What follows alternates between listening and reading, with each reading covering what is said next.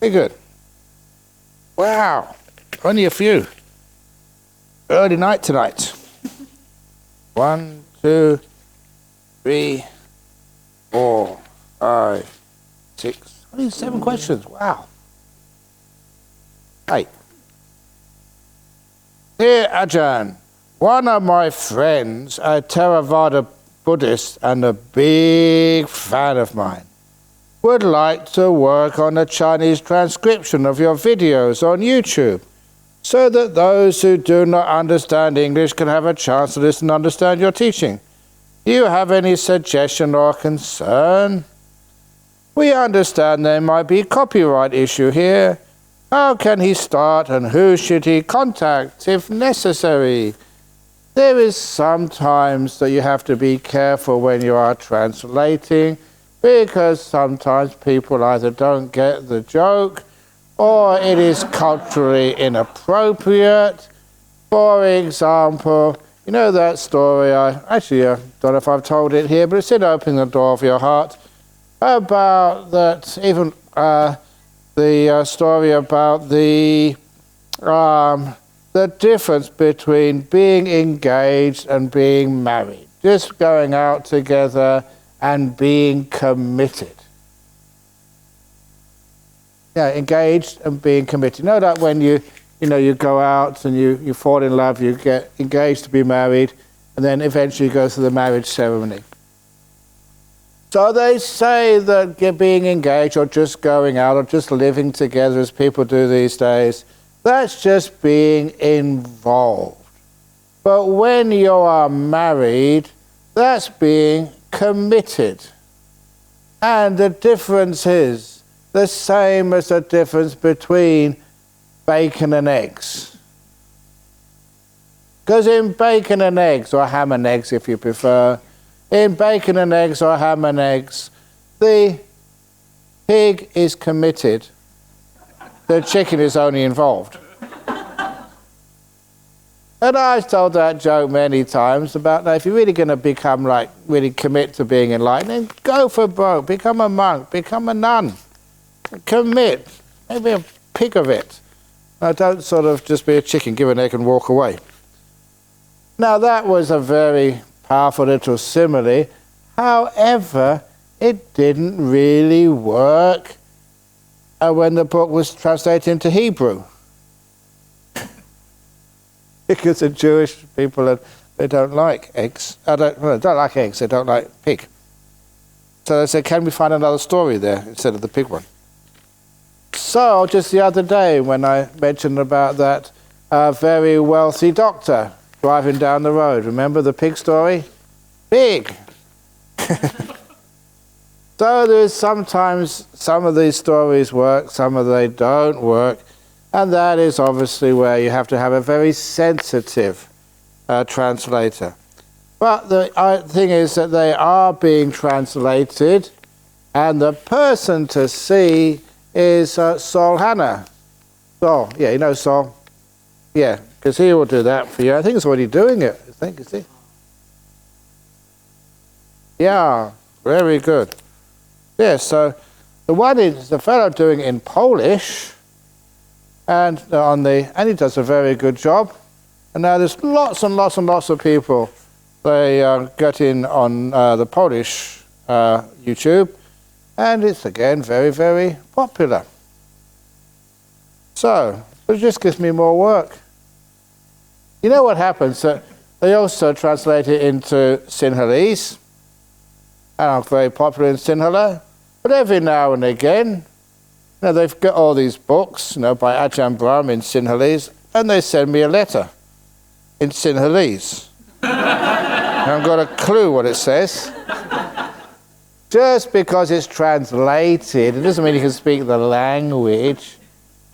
So you just have to give it to someone else to figure out. Anyway, dear Ajahn Brahm, nowadays the world is becoming smaller, not me. One gets into contact with all kinds of Buddhism. What is your attitude to this and to them? Yeah, all kinds of Buddhism. Yeah, there are some Buddhism which if you look at the general part of Buddhism, it's just the essence of it, it's just, we get on together very well. As long as people are keeping their precepts and being kind, and the monks and the nuns, being celibate, no hanky-panky, and just because you're a monk, it doesn't mean you're above all of that, so make sure that your monks and nuns are keeping their precepts, and that they are compassionate and kind, and that they live simply. They don't have Rolex watches or Louis Vuitton bags. And that's not a real monk. And then also they meditate a lot. In other words, they live a simple life. Because being a monk or being a nun, we have to live by example even more than teaching. Anyone can teach.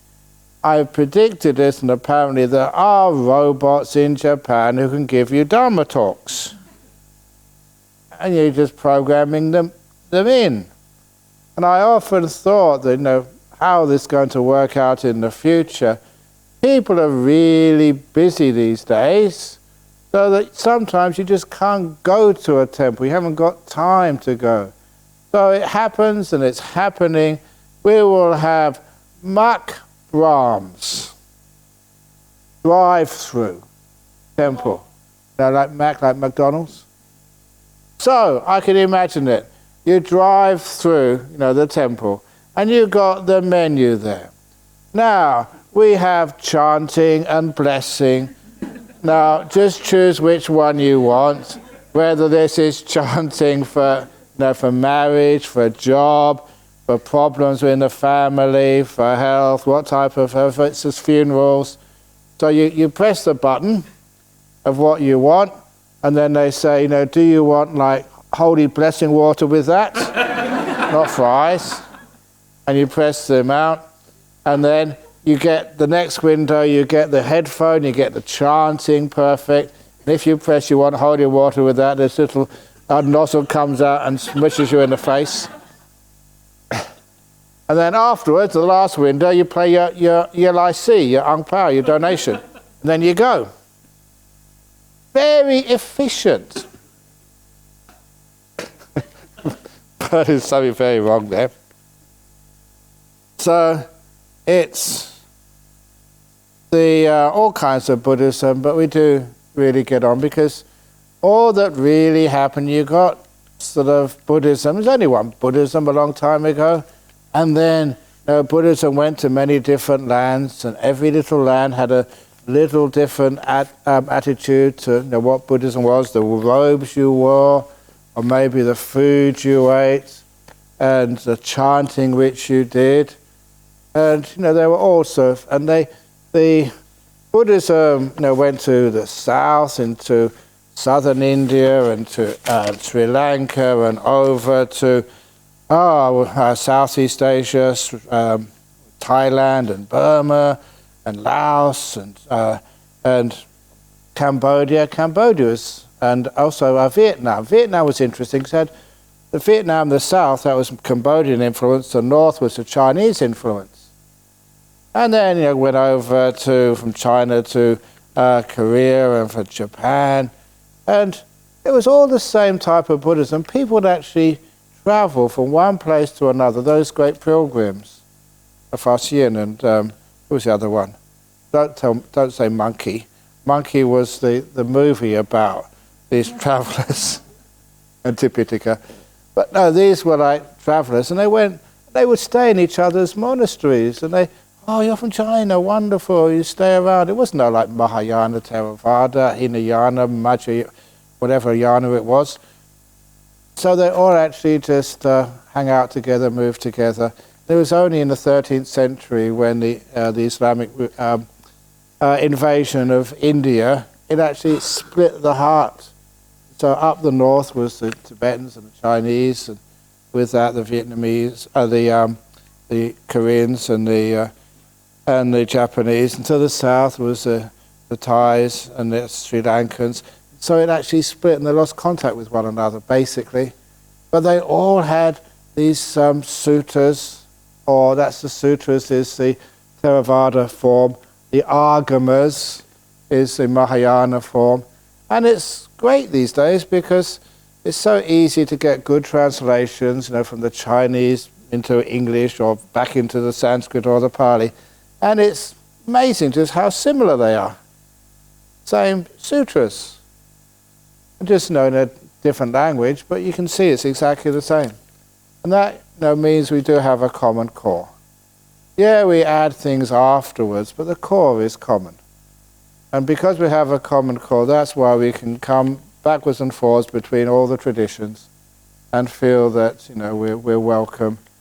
So I've gone many times over to Korea especially, and the Korean monks have come and spent rains retreat here a few times. I've got really some good friends over in Korea, and all the same, no difference. So when people ask me, especially the lay people, say, well, what is the difference? And I say, well, look, you can see a Tibetan monk, you can see a Theravada monk, you can see a Zen monk from Korea. What's the difference? It's just like the different cakes. This is milk chocolate ice cream. Or not milk chocolate icing, sorry. And the Tibetans, they have strawberry icing. And and the Zen monks, they have like vanilla icing. A little bit greyish, but that's, you dig into the cake, it's the same. Past the icing, it's the same cake. And as somebody once said the other day, they called it the big vehicles, small vehicles. All vehicles will be towed away at the owner's expense. In other words, it's just those things. So anyway, we all get on together very well. It's much closer between Mahayana Buddhism, Theravada Buddhism, Vajrayana Buddhism, much closer than Protestant and Catholic Christianity, for example. Far closer together. Okay. In particular, you had mentioned strict Vinaya rules about monks not being able to handle money. Yet I understand, rightly or wrongly, that Tibetan monks routinely handle money, get married, and live a householder's life. Those aren't Tibetan monks. Because in the Tibetan tradition, also in some Zen tradition, there was the Meiji Restoration in Japan, affected Korea as well when Japan invaded Korea. That was when the monks, they were very powerful. They had a lot of influence on society, and it was the shoguns or the emperors or whatever in Japan, they realized that politically, the monks were too powerful. So how can you, lessen their influence? And they, by decree, they ordered that the monks would have to disrobe and get married, to force them to break their rules. Many monks, they just rebelled and went off into the mountains. The other monks, they just submitted and for this day on, it was forced on them by the secular authorities there that many of those monks, that they weren't monks anymore, they called them priests. So, they meditated, they did the chanting, but they weren't monks, they weren't celibate. They weren't known to be celibate, they were just priests. But there were still some celibate monks, the ones who were real Sangha. But especially in Japan, it was forced on them, and so it really destroyed the Sangha, the monastic Sangha in Japan. Hasn't really recovered. In Korea, they were a little bit tougher, and they just went up into the mountains and lived there, and kept the monastic traditions, keeping the Vinaya. And also you have, in the Tibetan tradition, there was, I think, 4 main different groups there, and one of them is, they say the Sakya tradition, that they're not monks, they're lay people. So, they don't pretend to be monks, they're not celibate. And sort of those monks, the Sakyas, it was one of the reasons that when I was a young man, I used to go to many different, any Buddhist temple, anyone would do, because you're desperate, you didn't have a choice. So I remember going to this one temple, it was the Sakya tradition, and And I was really inspired at first. You can go and stay there and you can meditate and do some chanting, and there's books there about meditation. But then what I was really disappointed when I saw that the monk there, not really a monk, the priest, that he would come in the morning in a suit from his little house, and then he would get changed into his priest gear, and then he would 9 to 5. And then he'd go back home in the suit and just watch the TV, had a nice wife. He never hid it at all. It was just, this is that particular tradition.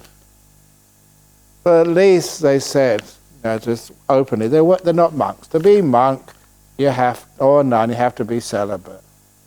Otherwise, you're not a monk or a nun. So by handling money, some of them do that. And of course, especially in Thailand right now, there's a lot of scandals because monks, when they handle money, it's just too much of a temptation.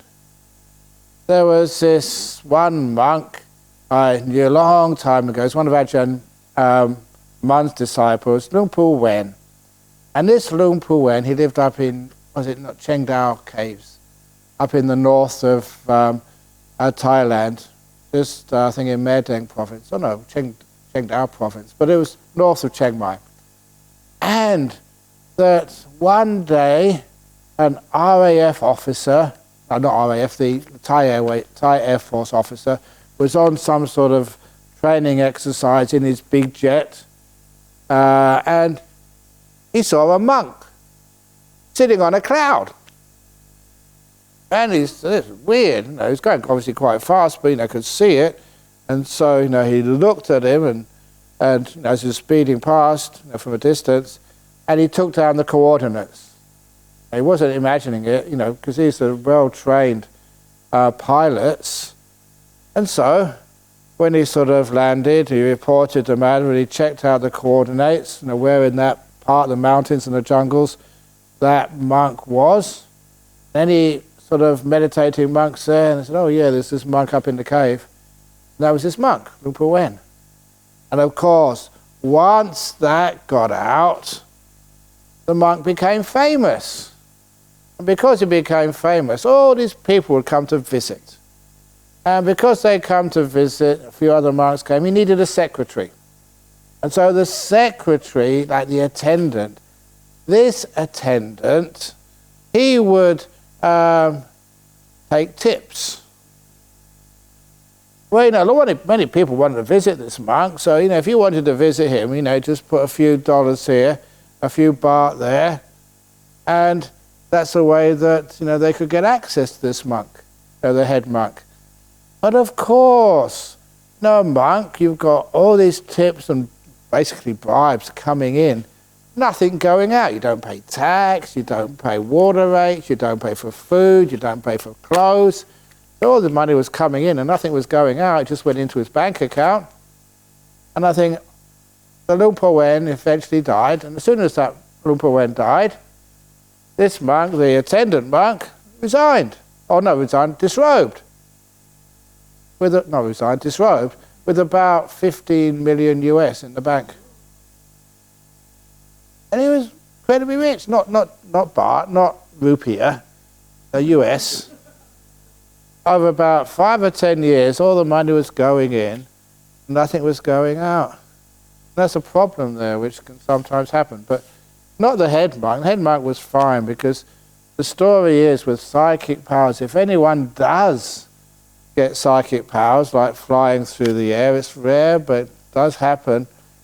If they do, there was this great story of a monk in the jungle, and he would be able to fly through the air, but he'd just go in the morning, just a simple monk, he wasn't showing off, and up in the jungle somewhere. And of course, villagers saw him, and when the villagers saw him, the word got around. I mean, if there was a monk in the village who could fly, of course you would like to go and see him. These days you take photograph of him, but there's no photograph those days. Oh yeah, it's amazing, you actually can see it happening. And then the villagers got to know about it, and after the villagers got to know about it, the word got to the city and to the king.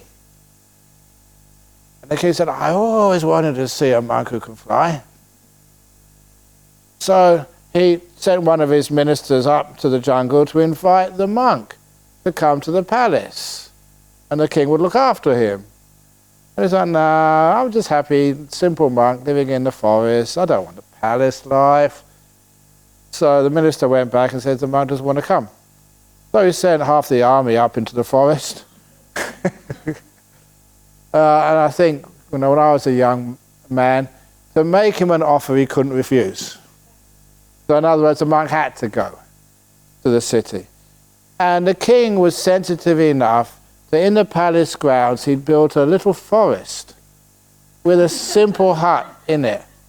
And this is not too far-fetched because once when I was visiting Thailand, there was a monk I knew who'd come to visit Perth, and when he knew I was in town, he invited me to come and have lunch with him in the palace grounds. Because even the late the King of Thailand, Brahma the Ninth, he wanted to retire and live a monastic life at the end of his life, but so he actually built in his grounds a nice little forest, even actually imported forest chickens in, and a nice little hut just like you would see in the northeast of Thailand. And he wanted to actually retire there, but it never worked out. But what he did do, he would invite forest monks. When you go in there, obviously you have to go through security to get into the palace grounds, but when you actually go into the hut, it was just like being in the northeast of Thailand. You look around, you can see bamboo and other trees there, inside the middle of Bangkok. But anyway, this story, the monk was invited in, and so, okay, and it was not that bad, because, in his hut, in the forest there, it was not that different than being in town, being in the forest, the real jungle. Only thing was that they would be able to give him whatever food he wanted, and also when the king was a little bit sort of tired or wanted some advice or wanted to meditate, you could always have his little monk, in the forest next to his palace, so you could just go and visit him. So things were going very well. But one day, and of course the monk would always go on for his exercise a couple of laps in the early morning, and he was having a couple of circuits of the palace in the air.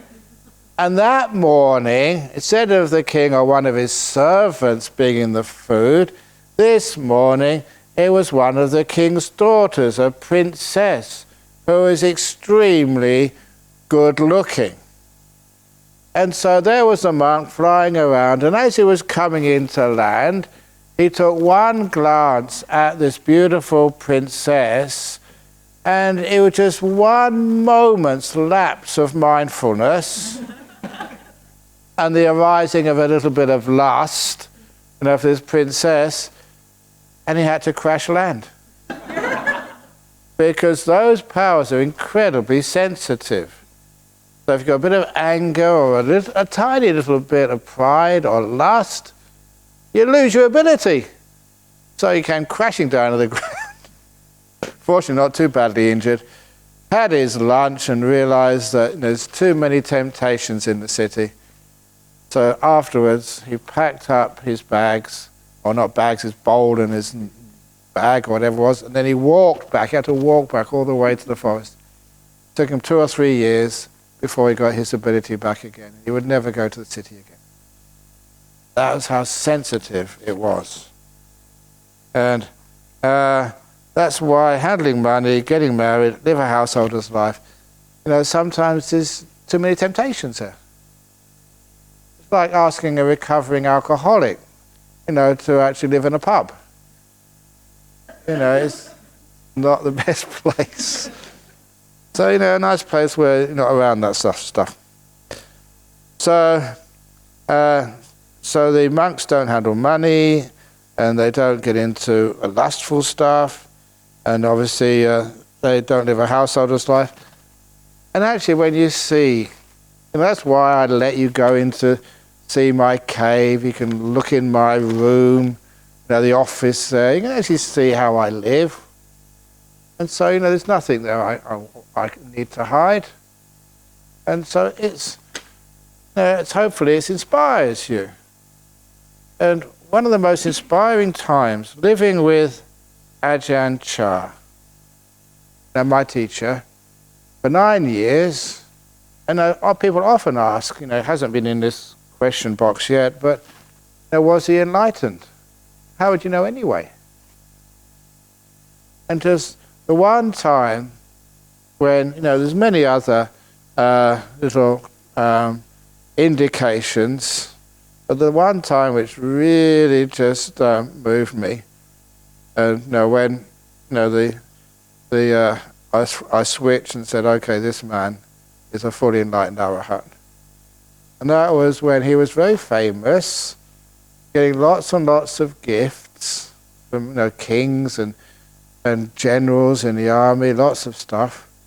I don't know, just it was really sort of outrageous sometimes, Ajahn Chah.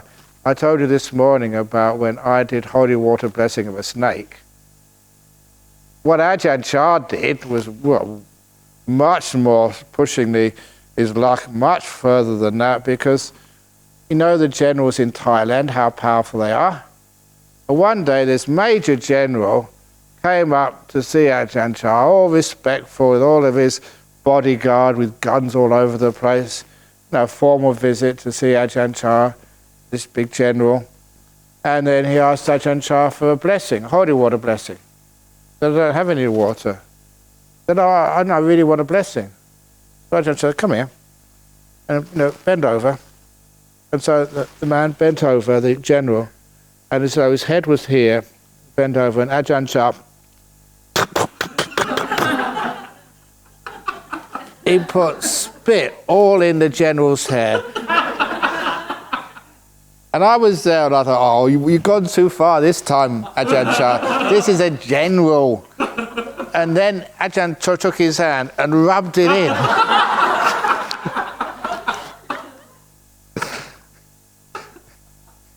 He had the nerve to do that. That was not appropriate in Thai tradition. And this general, when he put his hand, oh, thank you so much. That is so wonderful. That's the best. Ajahn Chah was great to be around. He was just so unconventional, and he didn't know what he was going to do next. That's what made it interesting.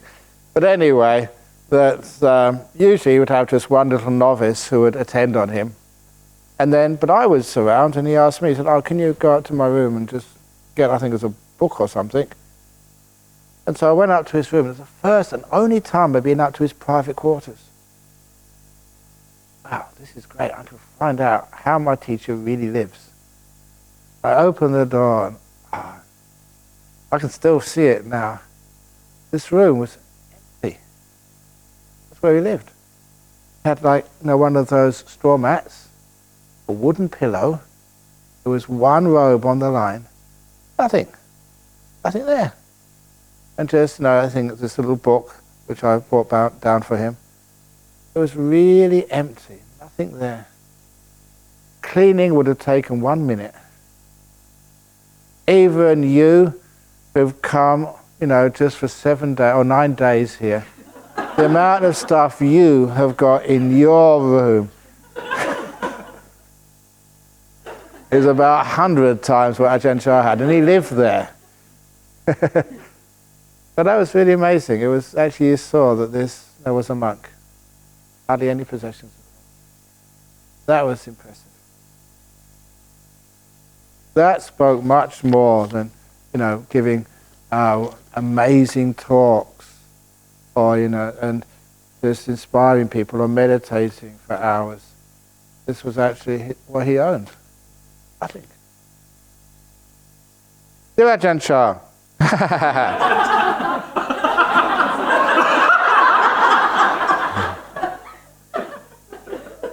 Because that's what you got down here. Dear Ajahn Brahm, what is the most memorable teaching from Ajahn Chah to you? Do you miss Ajahn Chah? What is the teaching of a Buddha or Sutta that inspires you the most? Amazing, it's just answering the question. What was the most memorable teaching from Ajahn Chah to you? That's one of them. Not the teaching of what he said, but how he lived. Do you miss Ajahn Chah? Of course you don't miss Ajahn Chah. If I did, then I wouldn't understand his teaching. You just let them go. He gave you so much. Done his job. What is the teaching of Buddha or Sutta that inspires you the most? The most? They all do. I don't know. Most? You don't really compare. But what's a nice Ajahn Chah story? Oh, there's so many of those stories, but this is where you started to realize this monk was just special, because he would, he would read minds. You had to be very careful what you were thinking when you were around this monk. And on this particular occasion, I was in the back seat of a car. With next to me was Prabhakaro. He was an American monk, ex-helicopter pilot, Vietnam War, spoke perfect Thai, and this little novice Gary, from California, from Los Angeles. And in the front seat, the passenger seat was Ajahn Chah and the driver. We're going into town and to Warren for some reason, I can't remember what. But on the journey, then Ajahn Chah looked around at this young novice, Gary, and said to him, "You're thinking of your girlfriend back in LA." And this poor monk, being embarrassed like that, caught out, his face dropped. He was busted. He was thinking of his old girlfriend in Los Angeles. And he just sighed. And Ajahn Chah was the most compassionate monk. He smiled and said through an interpreter, "Oh, that's so painful. I think we can help you. Maybe, so you don't feel so lonely all the way in the other side of the world, missing your girlfriend. Next time you write to her, ask her to send you something personal, so that whenever you miss her, you can take it out to remind you of your love back in Los Angeles." And Ajahn Chah said this with such a serious face that even I and the interpreter said, "Is that allowable? Is that breaking the Vinaya, the rules?" I said, "Oh yeah, we can do that. It's out of kindness. Come on, get in the modern world." And he was thinking what he should ask for, like the romantic, like a piece of her skirt with her perfume on it, or a lock of her hair, and to send it. And I said, "No, none of that. Something a bit more personal." What? And then when Ajahn Chah finished speaking, the poor interpreter, it took about 5 minutes to get himself together. He was crying and laughing. And he said, Ajahn Chah said that when you write to your girlfriend in LA, ask her to send a little bottle about this big of her shit.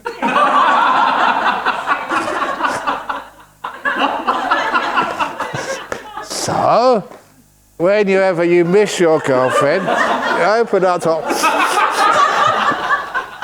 "That's my girlfriend back in Los Angeles." But isn't it the case?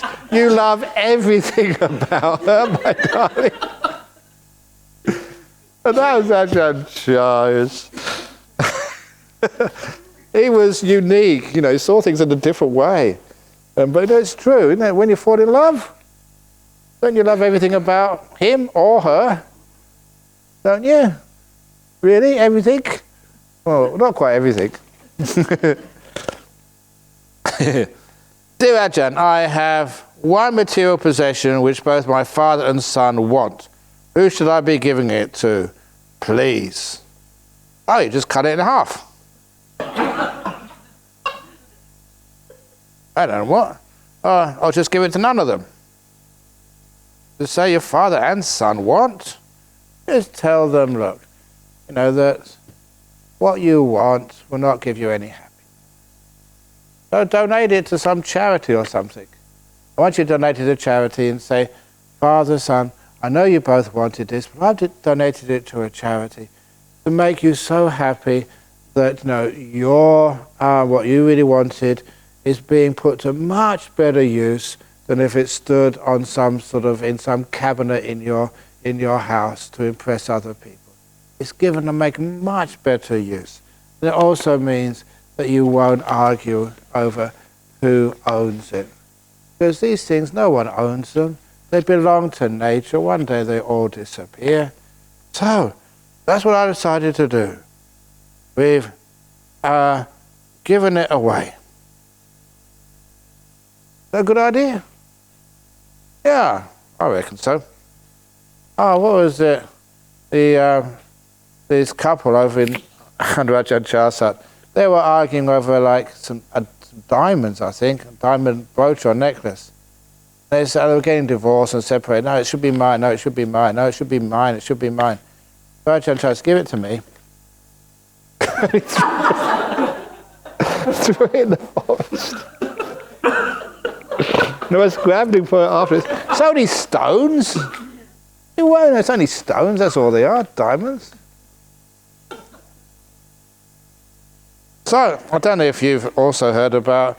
It was in Indonesia. I know in Hong Kong you celebrate Valentine's Day. Valentine's Day. So it was February the 13th, the day before Valentine's Day.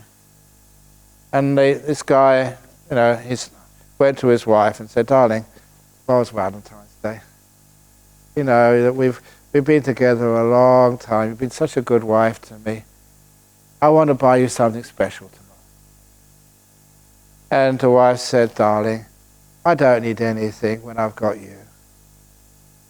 And he'd been married long enough to realize that's not what she meant. And come on, no, something special for you. So he said, "Okay." And she said, "Okay, something with diamonds in. Anything with diamonds. You choose. Girls love diamonds." So I said, "Okay, darling." And the following day, this beautiful little package. "Here you are, darling. What you wanted. Something with diamonds." She opened it up so excitedly. When she opened it up, she found it was a pack of playing cards.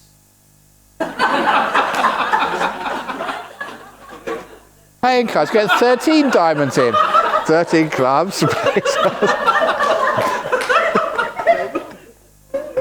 Don't try that, guys. She'll take out the clubs, the real clubs. That's the other story. Marriage. I actually told this at a marriage I was blessing. I said, marriage is like a pack of playing cards. You start off with 2 hearts. And then you proceed to a dime. And then you finish off with a club and a spade.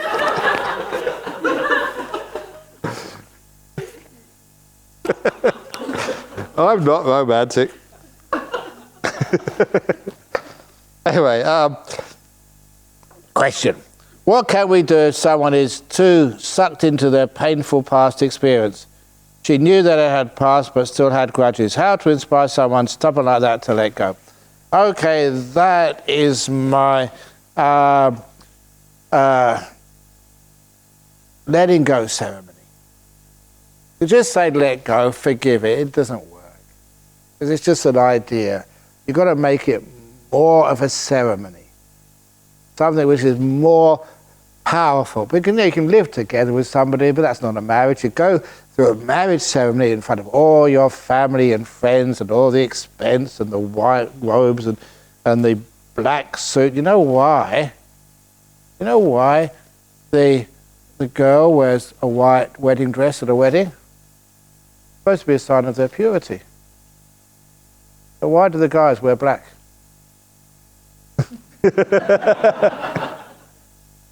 Figure it out. So anyway, that ceremonies have their purpose. Even if it's like a funeral ceremony, at least we're just learning, going through a ritual to let go and move on. But these are not sort of burying people. This is actually burying some painful experiences of the past. So, it's common practice in psychology, just like I mentioned in Buddhism. Acknowledge. You've got to be honest to it. Bring it up. What happened? Now, bringing it up to somebody else can be embarrassing and painful. So usually you do it in your privacy. Bring it up. And the obvious thing to do is to write it on a piece of paper. Actually, to acknowledge the pain, what actually happened. Because as you're writing, you're remembering, filling in the details. It can be painful, but at least it's coming up. And that's standard, but I sort of made it a little bit more interesting. Because, first of all, you need a lot of paper to put detail all the terrible things which happened to you. Totally unfair. So instead of doing it on ordinary paper, I asked people to write it out in dark brown ink on toilet paper. Because toilet paper is very cheap, you have a big roll of it.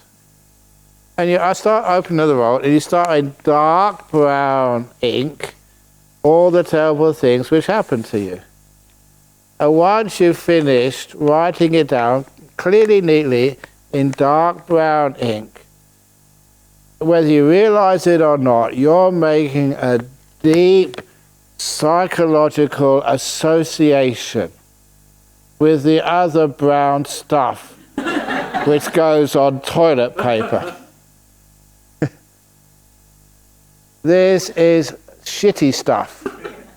It's filthy. And how many of you, people are just so concerned about our environment.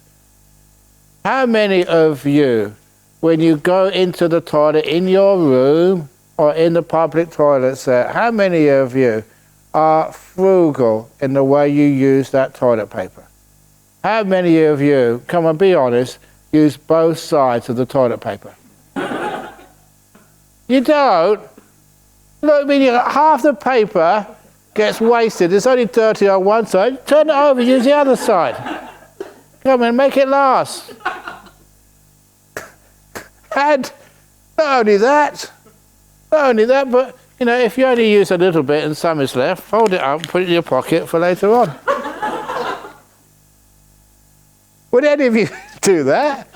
Of course, even you've got a tiny bit, on the corner of the paper, you throw it away. That's how disgusting it is. So, when you've written all this stuff down on the toilet paper in dark brown ink, the association is that no one in their right mind would carry that around. And would keep it. Filthy stuff, it's shitty stuff. So it makes the association, this is not what you should keep. This is what you must let go of and dispose of. Stinky. So then, having written it down nice and neatly, read it again, now's the time for the ceremony. So you go in, so there's many places you can do this ceremony. They're called restrooms, toilet cubicles. You go in there, and in the bowl, before you even put it in the bowl, you sit down, first of all on the seat, you read it out again, and make the association it's not to be kept. And then you do the ceremony. You, little by little, maybe it takes many flushes, you put it in the bowl, and then you do the letting go ceremony. You can do some chanting if you want, Anicca Sankara, or and then you press the button, and it goes out. That ceremony is important. You're letting go. You're flushing. It's going into the sewers where it belongs. It goes into the past. And once it's down there, you can't put your hand in to get it back out again. It's gone.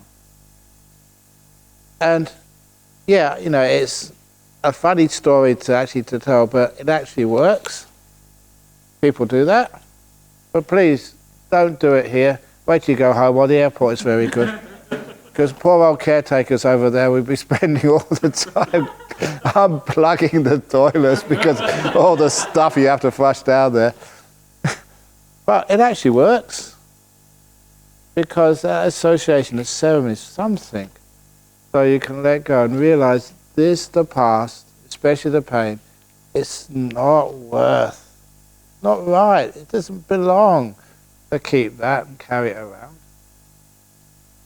So that's the ceremony. Dear Ajahn, why the only one we chant in English is the Karaniya Metta Sutta? The reason why we chant in Pali is so that if I make a mistake, no one knows. So you may ask me to have a blessing chant. I've admitted this, it's happened. I was doing, it was a wedding, another wedding. And I was tired. I work too hard sometimes and come here and go there and teach retreats and answer questions and write books and answer emails, and I was tired, but I went there and I gave the chanting, and I was, you started the chanting, you realise, oh my goodness, I've done the wrong chant. Halfway through, it was a funeral chant instead of the marriage blessing. And once you're halfway through, you can't stop it. I didn't admit it. So I carried on and finished the funeral chant. And the amazing thing is, they're still together. It's amazing. But because I told that, whenever I do, because many people listen to my stories and YouTube and stuff, and now, usually, whenever I do a marriage blessing, they always ask me, Ajahn Brahm, the marriage blessing, okay? Not the funeral chant. So that's why we do the Karaniya Metta. And it's, in English, it's got sort of lots of good meaning to it. So that, may you be contented and easily satisfied, not proud or demanding in nature. That's brilliant. Be contented. The food here, it may not be the best, it's pretty good, but be content with it. The heat, you could have it hotter in here, but you've got the blankets, it's good enough. Your meditation, it's not good enough. Been trying all week, I don't know. No, be contented what you've got. You're peaceful, it comes eventually. Just be content, be easy satisfied. Some people say, I've only got third jhana on this retreat. I want fourth on this one. And I've been 4 or 5 days and I haven't been able to levitate yet. I'm going to ask for my money back. Some people are just so demanding. You ever seen people like that? It's never perfect enough. I want another interview, Ajahn Brahm. I want not just 10 minutes, I want a private interview for 2 hours. I want special room. I want to order my own chef, Michelin chef. I want it. I want you to arrange. Ajahn Brahm, I know you can do this. I want you to arrange for no more rain. Just nice and sunny. Come on, Ajahn Brahm. So that's like proud and demanding in nature. But of course, there's other things we learn there. Like, for example, people often ask me this. They said, where are the nuns? How come it's so hard to find good nuns? And if you've got good nuns, you're going to go and see some on Friday at Dhammasara Monastery. But why is it that there's lots of monks all over Indonesia? There's a few good nuns over there as well, but so many monks, but hardly any nuns. Why is that? And if you were listening carefully, you would have seen the reason. You'd have heard it in the Karaniya Metta Sutta. Whatever living beings there may be, omitting none, the great or the mighty.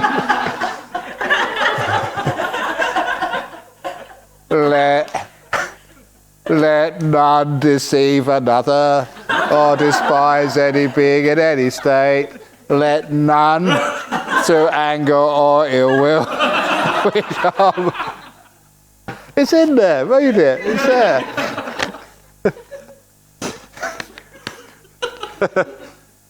So you learn a lot of Dhamma when you have it in English.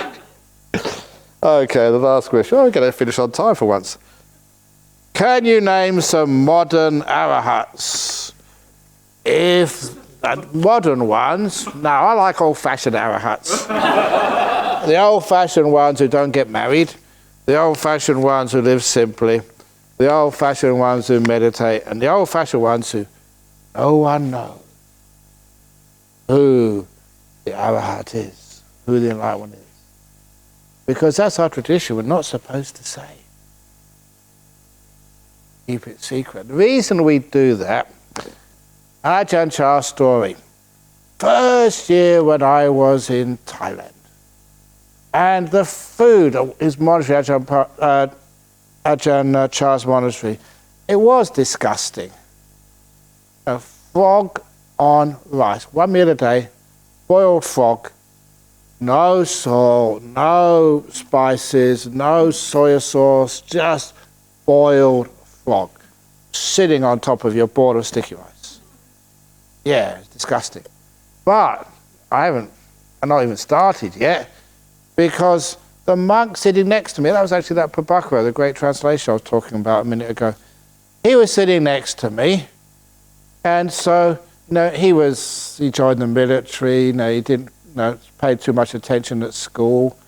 Now I was paid attention at school. You can tell the story to your kids and make sure they always do their studies. Otherwise, this might happen to them. That's all we had, a rice and a frog on top. It was the best frog, so the villagers got the second best because they wanted to make merit. So we got the best frogs. And so what do? To get enough to eat and to survive for the day, you use the meat on the legs. It's like chicken. That's what the French have, frog's legs. But that's not enough to keep you going. So once you've got the meat off the legs, then you start with the insides, the organs. And of course, I knew which organ was which.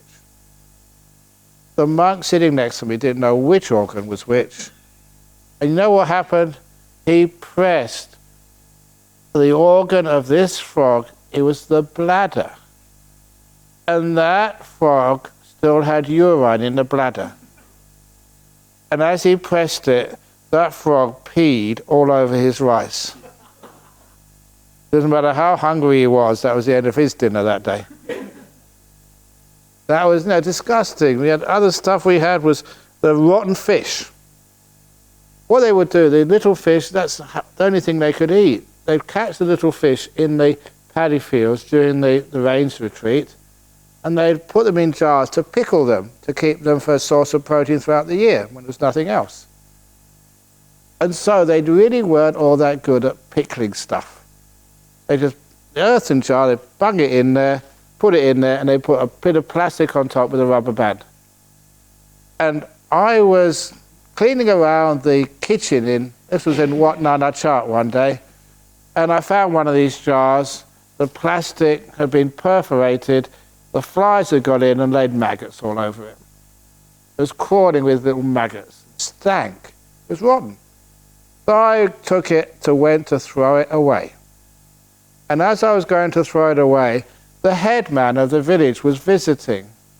And the headman became the headman, elected to be the boss of the village, but the most respected and highly educated man in the village. And he asked me, what am I doing? I said, oh look, it's been perforated, the flies have got in, it's gone off, I'm throwing it away. He said, no, give it to me. That's extra protein, the maggots. And that's what we ate the next morning. Ugh, yeah. Ugh. So anyway, it wasn't always like that. Sometimes we got some nice food. And this one day that we saw, I was in the dining room just waiting for the lunch to be passed down.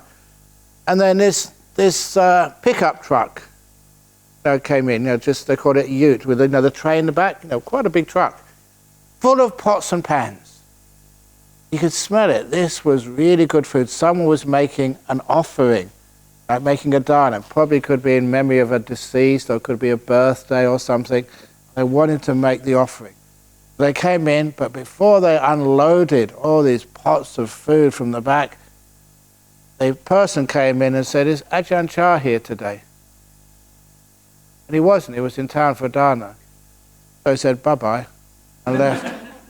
And took all the food away. Because little monks like me are insignificant. The way to make the most merit from your donations is to give it to a fully enlightened arahat.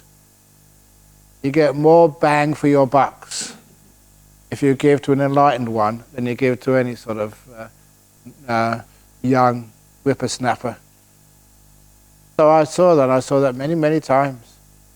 Ajahn Chah was there, you get a good meal. But if he was away somewhere, then people said, "No, I've only got a certain amount of resources, so my donations are going to go to arahats."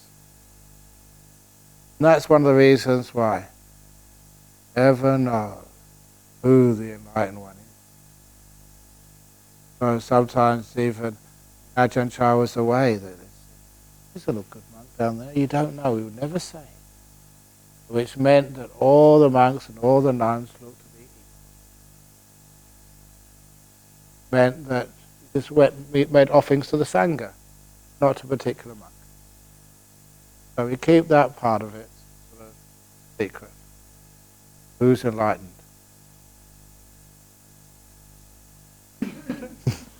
So that's one of the reasons why we don't actually say. But yeah, there are sort of people who are fully enlightened. And as you seeing Ajahn Chah is one of them. It's amazing. One of the other ones, I know I don't mind saying, because I only say about these monks when they're dead. Because when they're alive, you know, that sometimes people just go and bother them and tease them, or just they want special things because they're supposed to be enlightened, and they just basically harass someone who's enlightened. So it's nice to try and keep it quiet. Until you die. When you're dead, it doesn't really matter. But that was this monk, I mentioned him once already, Ajahn Tate. You know, that just like every one of you, you had all these questions, really sort of deep questions, and Ajahn Chah would get great answers, but you know, they didn't really satisfy me. So I remember going to visit this monk, Ajahn Tate, over in the northeast of Thailand, had all these questions, really wanted to ask him. And he was famous by this time. I had to wait for a while, you know, in line and queue to get my turn, you know, for the interview. Just like, you know, sometimes you put your name down, you have to wait for the interview. And when I went into the room to see him, my mind went so still. Didn't have any questions. All those questions came a long way to get the answer to, all gone. Instead, you felt this incredible, powerful, loving kindness and peace coming from this monk. And it was one of those times, no more questions. I said, "I don't want to move from here. You're going to drag me away with chains and elephants to pull me out of here. I'm going to die right here." You felt so, amazing thing which I felt, they were so accepted. I didn't need to be perfect. You were okay as you were. I mentioned that, but that's one of the first times you really felt it. You don't need to improve yourself or change yourself. People have got all of these idiosyncrasies. But what people really want is to be accepted. Be at peace with yourself. So when you're at peace with yourself and accepted, there's no more wanting. No more trying to get rid of things. That wonderful sense of acceptance. And that was where I got the simile of the people with spikes. I mentioned it first night, maybe, I don't know. I mentioned it somewhere. People got spikes coming out of them. Most people's, they're all invisible spikes, okay? Big spikes, very sharp. And most people have got the average size spikes. So, you know, if you pass them by, don't get too close. Don't get into their personal space. If you get too close, you get scratched. But there's some people who've got small spikes, and they're quite not that sharp. So those are the people, your friends, the people you feel comfortable with. You can get close to them, have a cup of coffee with them, just mess around and talk and on the stupa and take photographs. But don't get too close. Even then you get scratched. There's some people who've got no spikes on them at all. Just get as close as you like, metaphorically, and you feel so safe. They're not going to hurt you or criticize you or put you down or make your life miserable or hurt you or even just judge you. You just sit there and you just feel so accepted. The people with no spikes, those are what I call the Arahant. You've done terrible things. They say, doesn't matter. We all make mistakes. And you feel so accepted. Wonderful thing to have that, and I always remember that. And all the questions I might have asked, I'd have probably forgotten the answers by now. It's such a long time ago. But just being in the presence and seeing all those questions totally vanish. Didn't need the questions anymore. Didn't need any thoughts. Because you just had this beautiful peace and acceptance and love. That was wonderful. Oh yeah, it's great having some great people like that around. Monks. There was an enlightened nun, but I just about to go and actually I think I'm about to go and see her, but then I got a visa to come to Australia for helping out here, so I missed out there. Very close, but it doesn't matter. Anyway. So there we are. That's the questions. And only 6 minutes past 9, so it's an early night tonight. But then not for you because you've got to translate. But don't remember to translate some of those Ajahn Chah stories, especially the bottle. But